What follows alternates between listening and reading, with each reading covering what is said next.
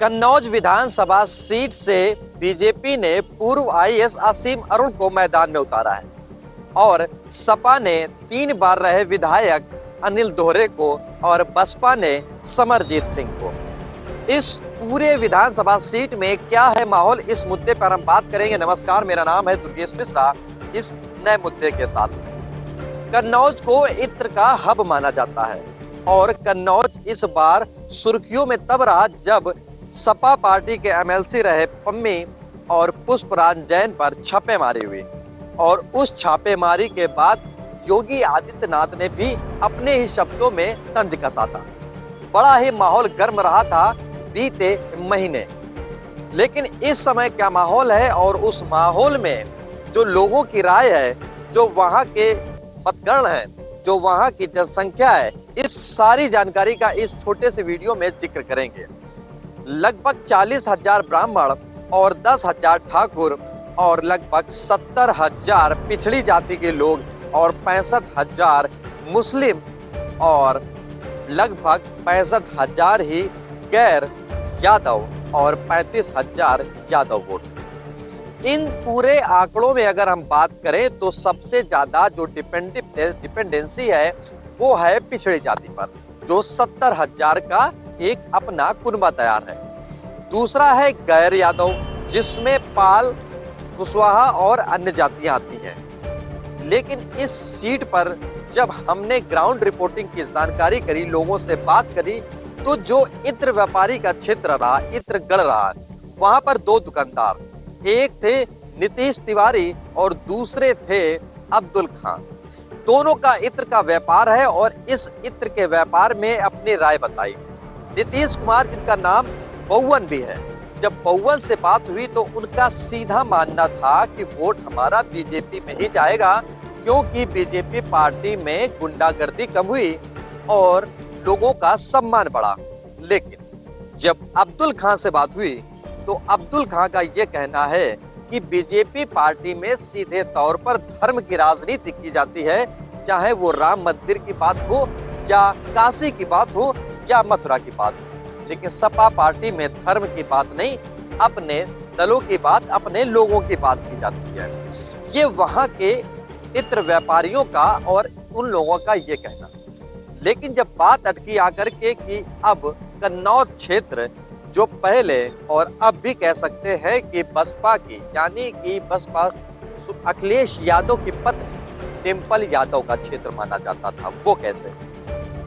डिंपल यादव 2014 में सपा पार्टी से सांसद बनी कन्नौज सदर सीट से, लेकिन अब उस क्षेत्र में सांसद सुब्रत पाठक है। 2019 में जो हार हुई, यानी कि अखिलेश यादव की पत्नी डिंपल यादव की, लेकिन 2019 में बीजेपी ने सत्ता काबिज की और सुब्रत पाठक वहां से एमएलसी बने। लेकिन अब जो हालात है, पूर्व आईएएस असीम अरुण को अगर उतारा है मैदान में, तो असीम अरुण का ये मानना है कि हम इस राजनीति में भी नए हैं और इस क्षेत्र में पुराने हैं। इस क्षेत्र में की बात करें तो वो बताया गया कि इनके पिताजी यहाँ से आते हैं, जो वो पहले भी पुलिस विभाग में थे लेकिन अपने क्षेत्र में रह नहीं पाए। और अब जब असीम अरुण ने 8 जनवरी 2022 को अपना इस्तीफा दिया और बीजेपी पार्टी ज्वाइन करी, तो वो अब राजनीति में आए। उनके लिए एक कच्चा घड़ा ये साबित होता है।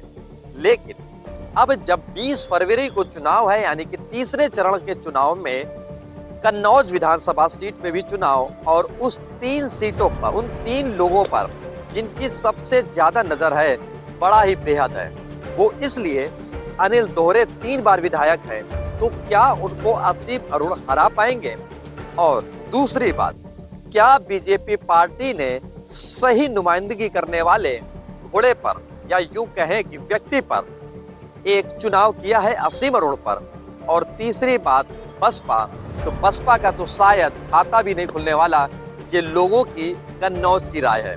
लेकिन टक्कर सिर्फ और सिर्फ 2 में, यानी कि असीम अरुण में, जो पूर्व आईएएस, और अनिल दोहरे में।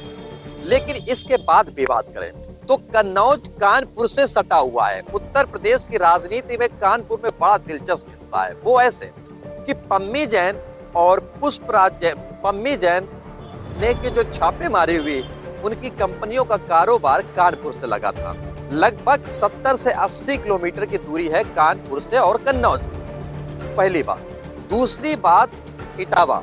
इटावा की भी दूरी बहुत ही कम बताई गई कन्नौज से इटावा की। यानी कि जो गढ़ फंसा हुआ है वो कानपुर के लोगों के साथ और इटावा के लोगों के साथ। इटावा की बात करें तो वो डिम्पल यादव ये क्षेत्र आता है, यानी कि अखिलेश यादव का क्षेत्र आता है, और कन्नौज तो उनका पुराना नाता रहा है।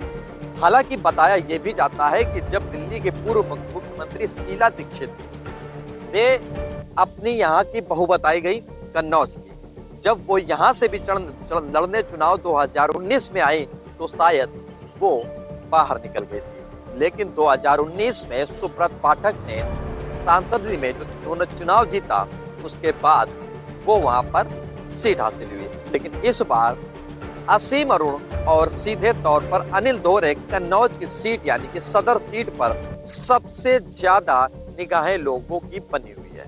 इस वीडियो में इतना ही। नमस्कार। अगले वीडियो में हम बात करेंगे किसी एक नई विधानसभा सीट का, जिसमें किसी एक ऐसे किरदार का जो कहीं ना कहीं अपनी काबिलियत के बलबूते पर उस सीट पर काबिज हुआ हो।